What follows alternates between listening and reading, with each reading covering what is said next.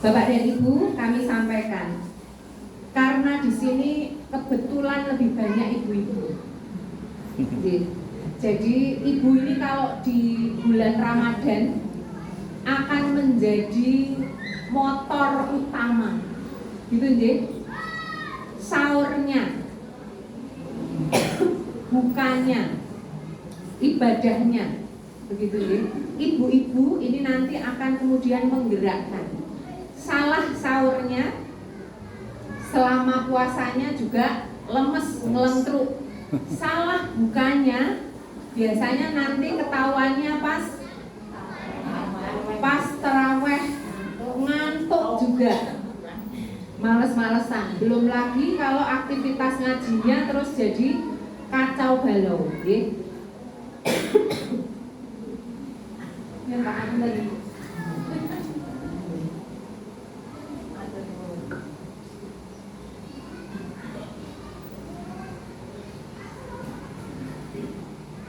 Ini dalam seminggu ini kebetulan ke Dapuk saya mendapat amanah kemarin juga dari Dinas Perikanan dan Kelautan. Ini sedang ada kampanye gemar ikan di Ibu. Saya kemarin ke Bantul, daerah Bambang Lipuro, paling selatan. Kemudian yang kedua kemarin di daerah Pandean itu Tamanan Bantul, itu juga. Besok tanggal 25, besok hari Rebo berarti tanggal 18 pas puasa tanggal pertama itu ya. Itu besok ke Seyegan juga sama. Jadi memang Dinas Perikanan ini sedang menggerakkan untuk gemar makan ikan. Salah satunya nanti yang kita sampaikan juga bahwa protein ikan ini ternyata ada di sekitar kita, murah, jarang diolah, jarang diketahui rahasianya. Jadi akhirnya karena nggak tahu, nggak kenal, jadi nggak sayang. Yang ada di piring tadi pagi lawuh menopo Bapak Ibu? Belum jahat. Belum jahat. Anjing. Tapi yang namanya ini nanti juga kita jelaskan. Ada sudah perso intermittent fasting, nggih. Puasa selama waktu tertentu. Itu saja sekarang sudah jadi trending. Kalau yang perso dari media sosial pasti tahu. Jadi hanya mencegah agar waktu atau jendela makan kita itu tidak terlalu panjang. Biasanya kalau yang sudah sangunya air putih, tumbler itu menjaga agar asupan gula itu tidak masuk terlalu dini. Jadi kalau dulu sarapan itu harus jam 10, sekarang sudah jam 8 atau jam 7 pagi, sekarang sudah dimundurkan. Biar mundur, lebih mundur lagi jam 10. Nanti kalau yang kuat bisa sampai jam 12 baru mulai dahar. Jadi perutnya bersih. Ini sebenarnya cuma prinsip untuk mempermudah pada saat tubuh ini lebih enteng. Ini kalau dilakukan rutin nanti saya punya pasien stroke kebetulan masih usia 38 tahun, masih punya anak kecil, laki-laki pula. Jadi karena dia sudah pernah stroke, dirawat, kemudian kontrol, sudah mulai secara psikis itu drop itu karena saya umur segini, nasib saya bagaimana, nanti anak saya dan keluarga saya bagaimana. Akhirnya kemudian saya coba edukasikan untuk diterapkan puasa yang nantinya sebenarnya kalau yang muslim ini sungguh beruntung. Selain puasa Ramadan, kita kan juga sering puasa Senin dan Kamis, bahkan ada yang Daud begitu. Nah, karena ada beberapa pasien itu yang mindsetnya kalau puasa saya punya sakit lambung lah, saya nggak kuat lah, akhirnya dicoba intermittent fasting. Karena kalau intermittent fasting itu puasanya sudah ditutup malam hari pada saat kita tidur, Pak. Kalau tidur jam 9 malam sampai jam 3 pagi itu 6 jamnya kan nggak terasa karena tidur malam. Dan setelah itu bangun lagi, nanti tinggal melanjutkan saja. Berbeda kalau kita puasa Ramadan, mulainya jam 3 bangun, aktivitas terus sampai sore. Kalau yang sudah terbiasa tidak masalah. Tapi saya juga perlu jembatani untuk pasien-pasien yang memang belum terbiasa, harus kemudian dicoba badannya. Ternyata setelah dicoba luar biasa keberhasilannya. yang kagungan atau sudah rutin ngunjuk obat diabetes atau suntik insulin? Wonten? Tidak ada. Berarti masih sehat semua. Alhamdulillah.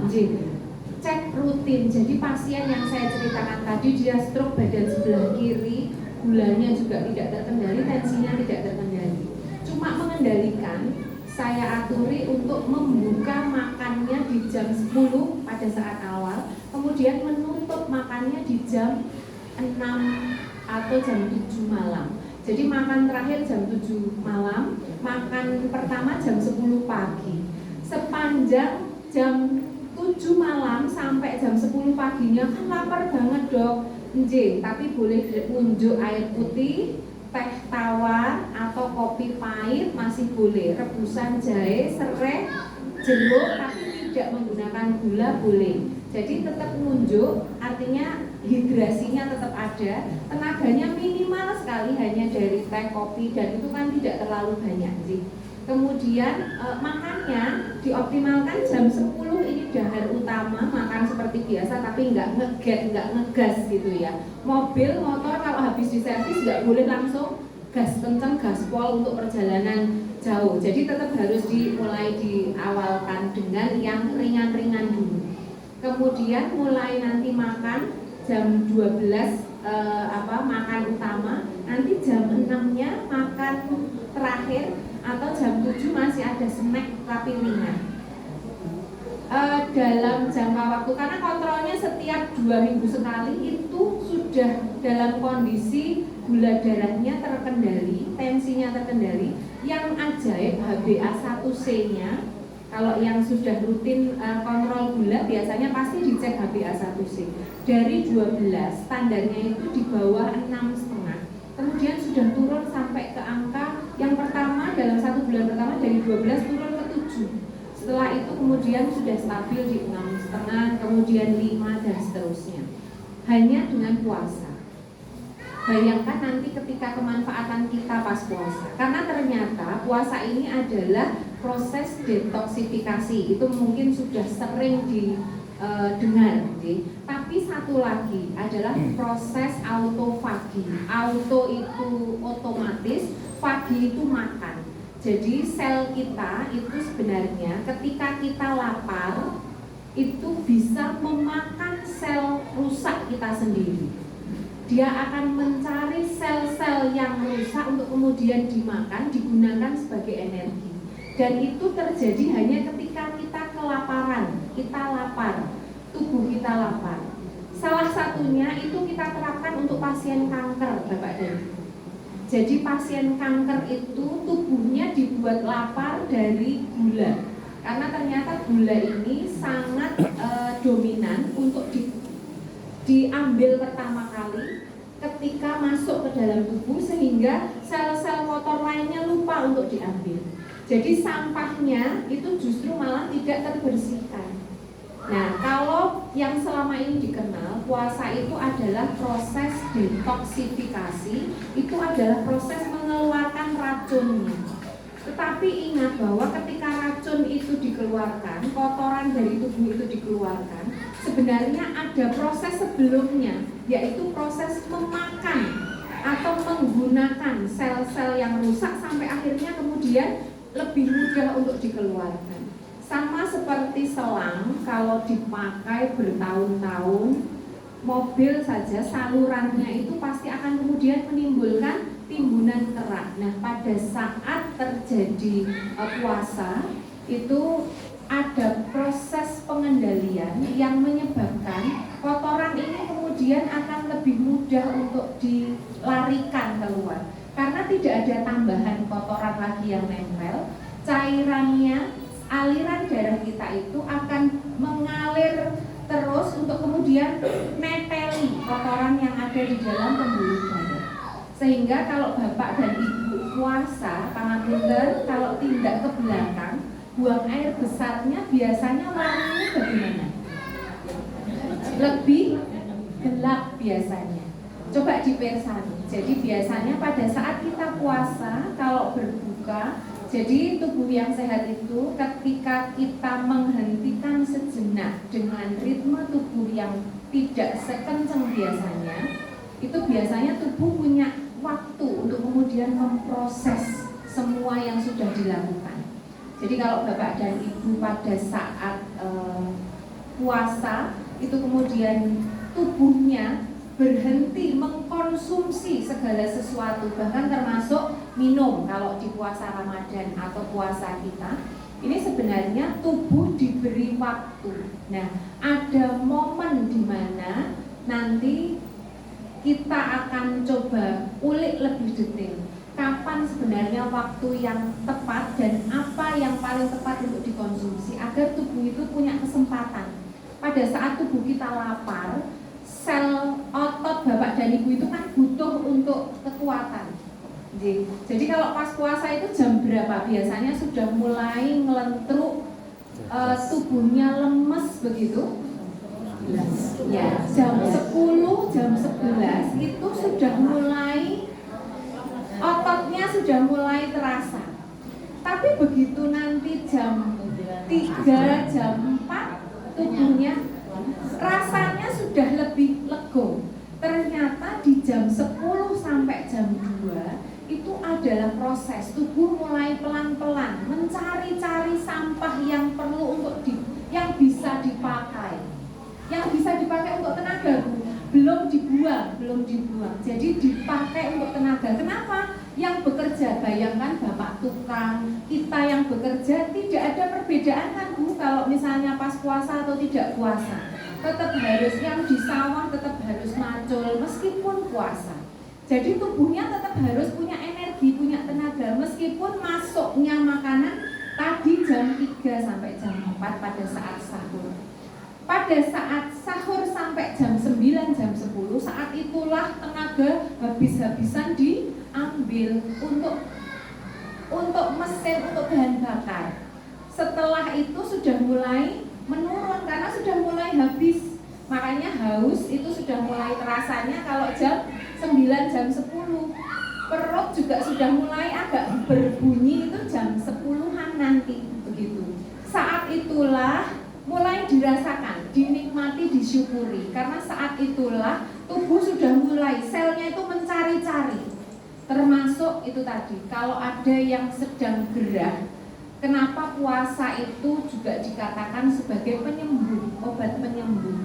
Loh, kalau sakit apakah boleh puasa? Boleh, sekuatnya kemauan dulu, tubuhnya dilatih.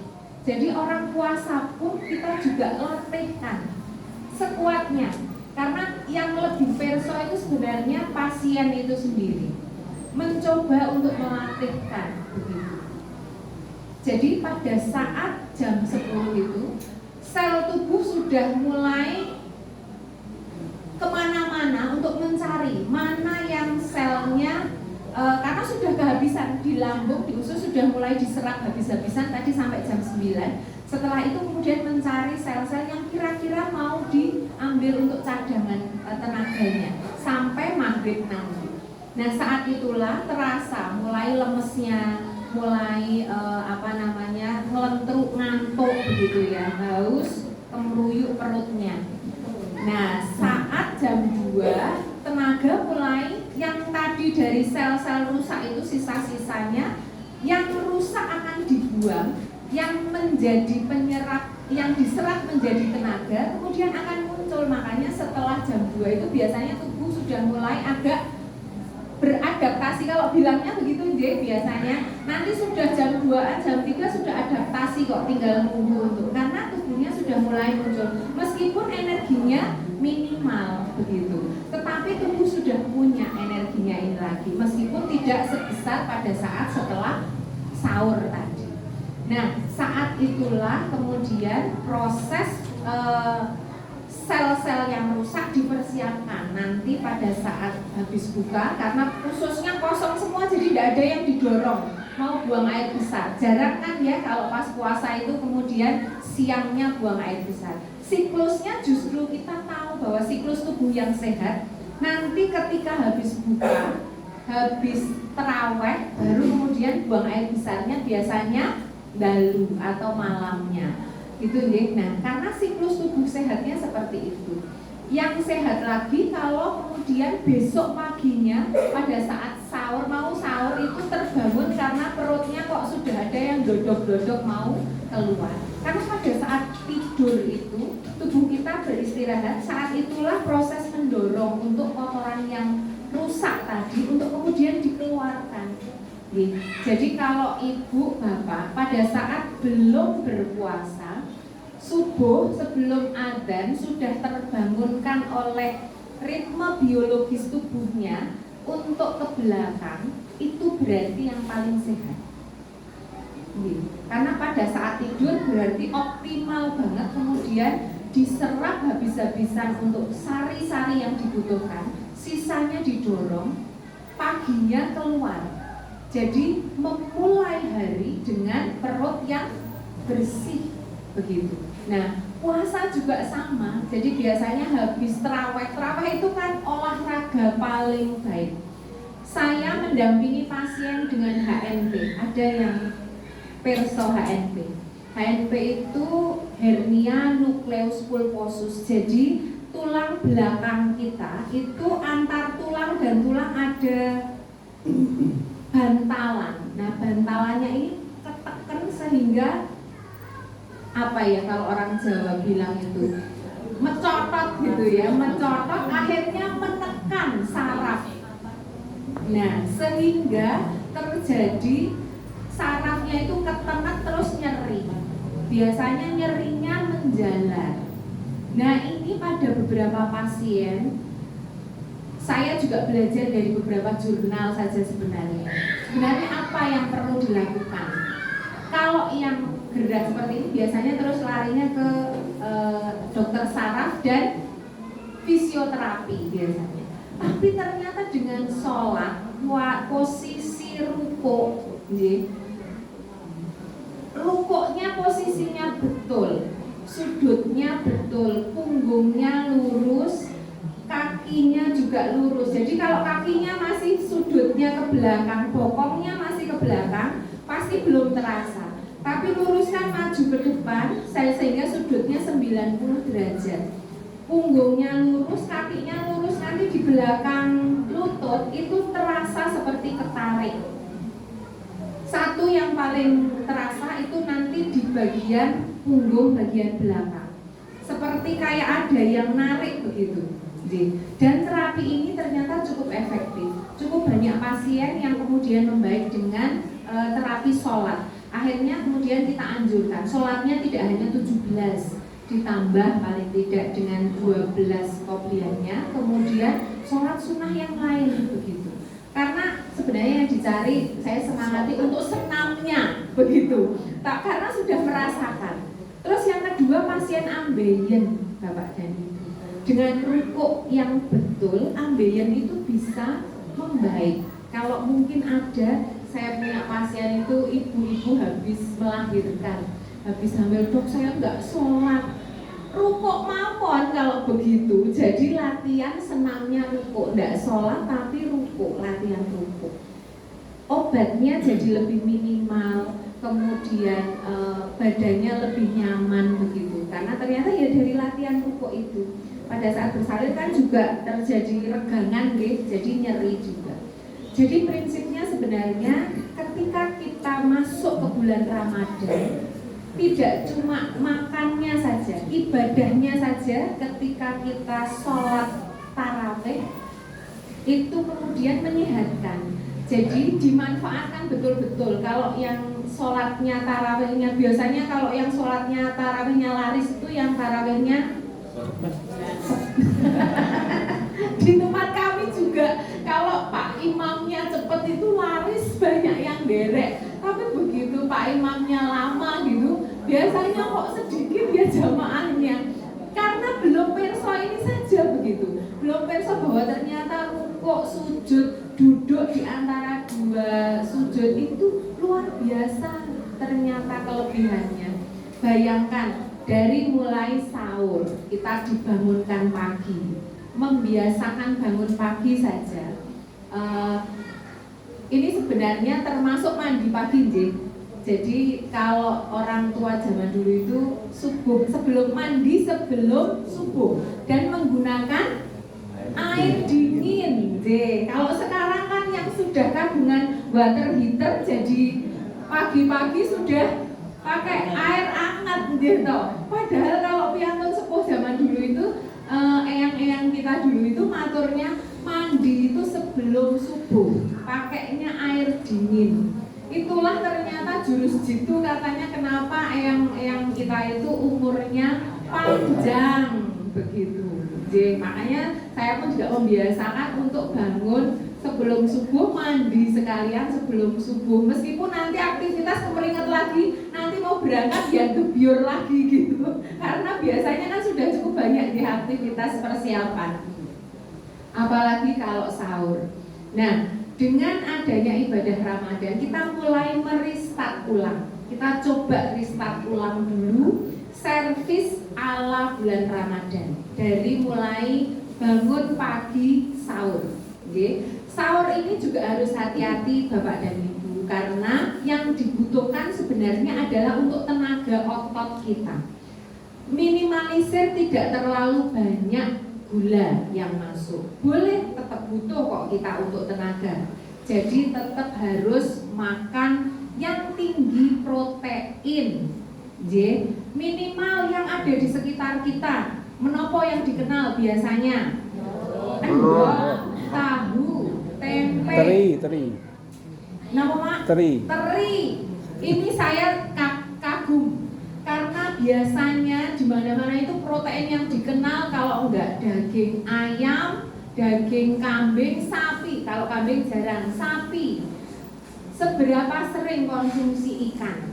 Bapak dan Ibu, daging ikan itu ternyata lebih lembut. Proteinnya jauh lebih baik kualitasnya daripada ayam dan sapi, daging merah. Untuk yang lansia lebih enak, lebih mudah untuk dikonsumsi, cuma hati-hati durinya. Kemudian untuk bayi dan balita itu juga paling awal dikenalkan cukup bagus, karena nggak harus blender giling, cukup direbus, dikukus. Nah, berkaitan dengan rebus dan kukus ini juga proteinnya sudah bagus, telur, tahu, tempe, ikan, daging, tapi diolah dengan salah, jadi itu kemudian yang merusak. Sudah ada zat dengan kandungan yang super ajaib, tapi diolah salah, jadi akhirnya mubadir. Kita mulai menyarankan tidak perlu diolah terlalu banyak, terlalu lama. Boleh banyak, yang banyak bumbunya. Karena ikan itu nggak semua cocok, gitu. Yang paling bermasalah amis. Tapi kemarin saya juga ternyata simbah-simbah kita itu dulu kenapa kalau masak bumbunya banyak sehingga nggak butuh tambahan menopo micin bumbu masak, karena ternyata dari bumbu pawon yang kalau di pasar itu cuma 1.000, itu kalau dimasukkan semua maka rasa manis, rasa gurih itu sudah ada di dalamnya, asin, manis, gurihnya itu sudah ada. Jadi akhirnya nambahinnya cuma sedikit. Itulah kenapa kalau zaman dulu masak itu bumbunya komplit, nggak mengenal yang namanya micin, royco, masako, sasa, ajinomoto, nggak perlu begitu.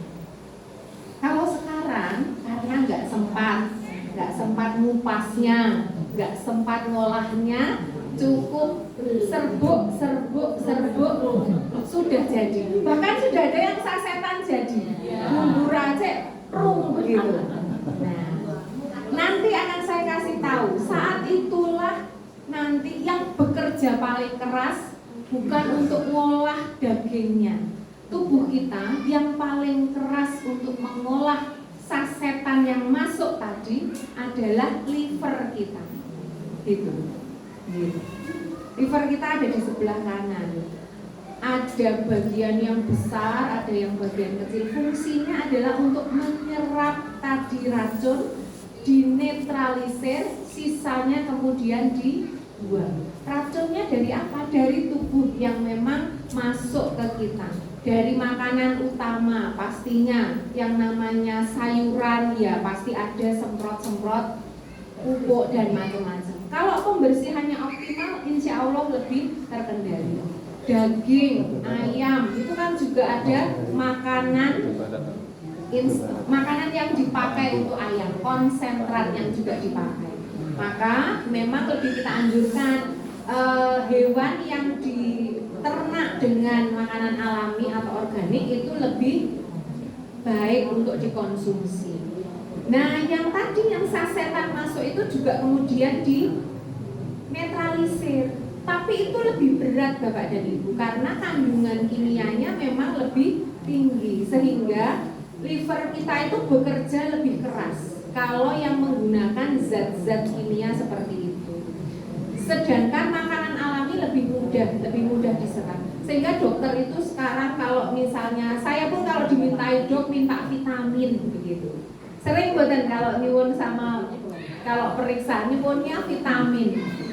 Yang saya tanyakan kok masih butuh vitamin, dahannya masih kurang begitu.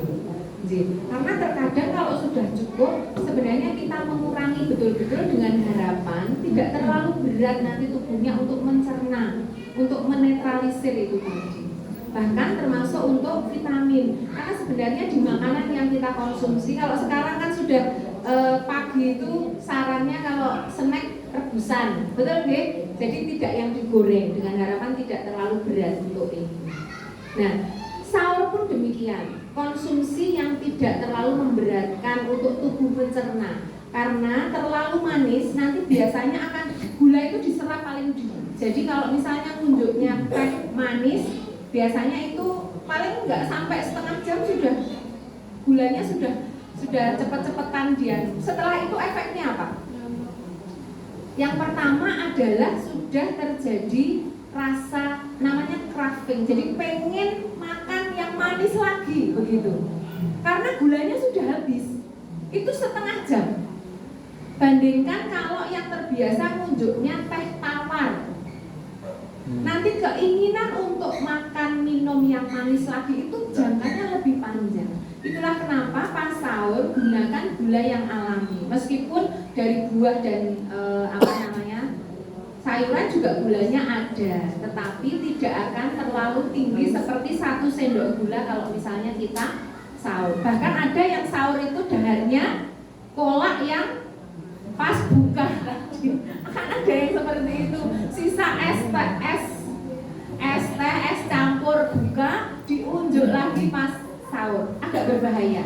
Jadi lebih baik tidak kita anjurkan untuk makanan yang manis pada saat berbuka dikonsumsi pada saat sahur. Cukup protein, perbanyak protein. Lauk 2 butir telur tambah tempe, sayurannya diperbanyak, nasinya secukupnya, unjuk banyak air putih, pengen teh boleh. Kalau kopi takutnya nanti kemudian memicu untuk pipisnya banyak, airnya lebih gampang keluar. Jadi kalau sebenarnya teh dan kopi itu hampir mirip menyebabkan pipis, dikonsumsinya pada saat buka saja, sehingga kita masih punya kesempatan unjuk banyak. Jadi piringnya diisi cukup dengan karbohidrat, protein hewani, protein nabati, lemak secukupnya. Begitu nggih? Unjuk air putih yang terpenting. Jadi protein itu nanti akan diserap pelan, bertahan lebih lama sehingga rasa badannya seger itu lebih lama. Bandingkan nanti kalau yang puasa mulai besok 3 hari lagi tanggal 18 kita coba untuk menu sahurnya tidak terlalu banyak yang manis-manis, nanti dirasakan rasa bedanya di badan. Ngantuknya tidak muncul terlalu awal. Rasa laparnya sudah tidak muncul terlalu awal. Rasa lapar itu ada di sini sebenarnya. Kok sudah lapar ya, kok sudah gitu biasanya. Nah, anak-anak mulai dibiasakan seperti itu agar nantinya dia tidak ngeluh di jam 10. Biasanya sudah rewel itu kalau anak-anak di jam 9 jam 10. Yang kagungan wayah, kagungan putra yang sedang latihan puasa, biasakan saat sahur tidak terlalu banyak gula manis, secukupnya saja. Yang mau minum susu boleh minum susu pada saat sahur, boleh. Nah, setelah itu tambah. Nah, kalau bisa susu itu sudah kalsiumnya bagus, yang jeleknya terus kemudian ditambah sirup. Kalau masih madu masih bagus, Bu. Tambah sirup gitu. Sekarang kan yang namanya sup buah itu kalau pas buka nanti sudah ketemunya ada susunya Mawon bukan susu yang murni, susu kental manis. Susu kental manis itu bukan susu ya, Bu, tetapi gula yang kemudian dikonsentrat warna putih diberi rasa susu itu. Jadi itu sebenarnya bukan susu, tetapi gula yang diberi rasa susu, begitu. Kesalahannya memang selama ini begitu. Jadi saya sudah minum susu 2 kali sehari. Susu ini pun menopo. Itu yang paling. Waduh, 2 gelas Pak. Lah itu gula semua, gitu. Masih ditambah gula, biasanya begitu. Yang kita khawatirkan nanti itu tadi terlalu akan cepat kemudian muncul rasa laparnya. Kemudian siklusnya setelah sahur nanti sampai jam 9, jam 10 biasanya itu energi sudah diserap total biasanya. Makanya karena sahur kan nggak mungkin banyak, gitu. Ada yang sahur itu sampai tanjuk begitu. Kalau melek saja, alhamdulillah, gitu. Apalagi nafsu makan sudah pasti tidak ada. Jadi sahur itu biasanya ya sak delmo begitu ya. Jam 10 itu sudah habis. Nah, jam 10 mulai dinikmati itu tubuhnya. Sudah mulai memberi, apalagi kalau sekarang sudah perso ya, sudah ada proses memakan zat-zat yang kotor, sampah-sampah di tubuh.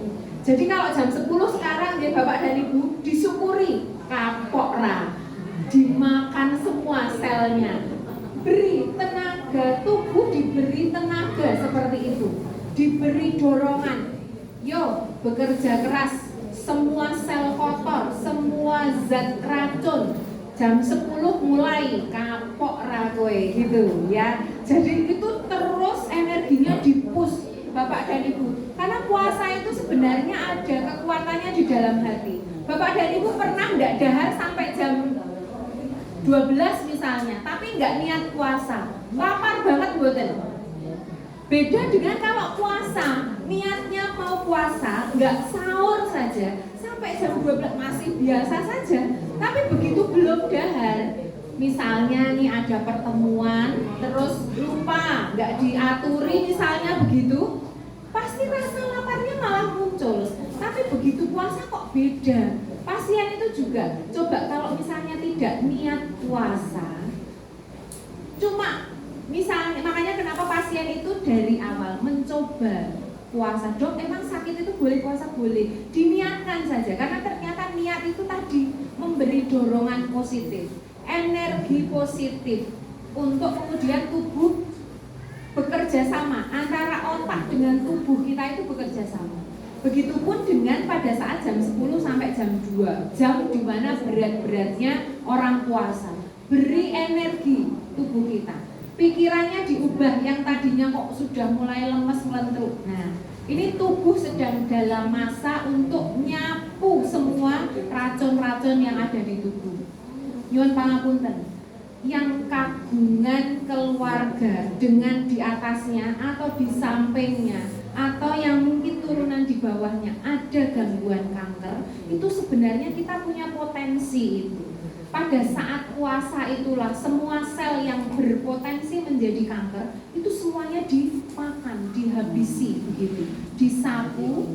Jadi sebenarnya intinya pada saat itulah tubuh kita itu diberi kesempatan. Makanya kasih semangat tubuhnya. Kalau sudah masuk kita lapar itu kasih semangat. Jadi kita lapar ya kita memberi semangat diri kita sendiri begitu. Tapi itu yang kemudian akan mengubah mindsetnya. Karena energi positif itu ternyata mengubah sudut pandang kita. Yang tadinya lapar menjadi dorongan. Ini adalah waktu di mana tubuh sedang menghancurkan semua sel-sel yang tidak baik dalam tubuh kita. Begitu. Jadi, sampai jam 3. Saat itulah kemudian tubuh mulai sudah muncul. Karena sisa-sisa tadi itu sel-sel rusak. Itu sebenarnya masih ada sisa untuk tenaga. Jadi jam 3, jam 4 itu tubuh sudah mulai adaptasi. Kalau yang lentuk itu jam 3, jam 4 nanti. Karena tubuh tidak diberi semangat. Biasanya kan gitu. Bahkan ada yang dari jam 3, jam 4 tidur nanti sampai maghrib juga ada. Anak-anak biasanya gitu tuh ya. Mulai jam 4, jam 5 sudah di depan TV nunggu ya. Tapi yang kemudian diberi semangat, dia akan lebih semangat untuk sampai menuju ke maghrib. Nah, pada saat maghrib apa yang kemudian terjadi? Karena tubuh dalam kondisi kosong. Kalau kosong itu biasanya baik. Kalau misalnya jam maghrib, kemudian tubuh sudah kosong. Kalau sesuatu yang kosong langsung disunteki dengan semua yang masuk pada saat buka, yang terjadi adalah biasanya yang pertama rasa begah. Kemudian karena kaget, biasanya tubuh kemudian, kalau sudah beberapa saat mau maghrib saja sudah malas biasanya. Itulah kenapa ada 3 tips yang kemudian kami anjurkan untuk buka. Yang pertama sesuai dengan sunnah, cukup 3 butir kurma atau ganjil, kemudian ngunjuk air putih hangat, tambahkan 1 sendok madu. Jadi lonjakan gulanya itu akan bertahap. Karena gula dalam kurma dan madu itu diserapnya bertahap, berbeda dengan gula pasir. Jadi kalau ngunjuknya teh itu nanti kecepatan serapnya set begitu. Tapi begitu kurma itu akan pelan-pelan, jadi ditarik pelan-pelan. Sehingga nanti rasanya pada saat mau sholat itu masih berenergi, masih bersemangat. Bahkan kok cuma maam seperti ini sudah enak ya, sudah rasa kenyang. Biasanya begitu. Nah, setelah itu dianjurkan pisang. Pisang ini kaliumnya tinggi, bagus untuk otot. Tadi kan otot kita sepanjang pagi sampai maghrib itu kehilangan cukup banyak.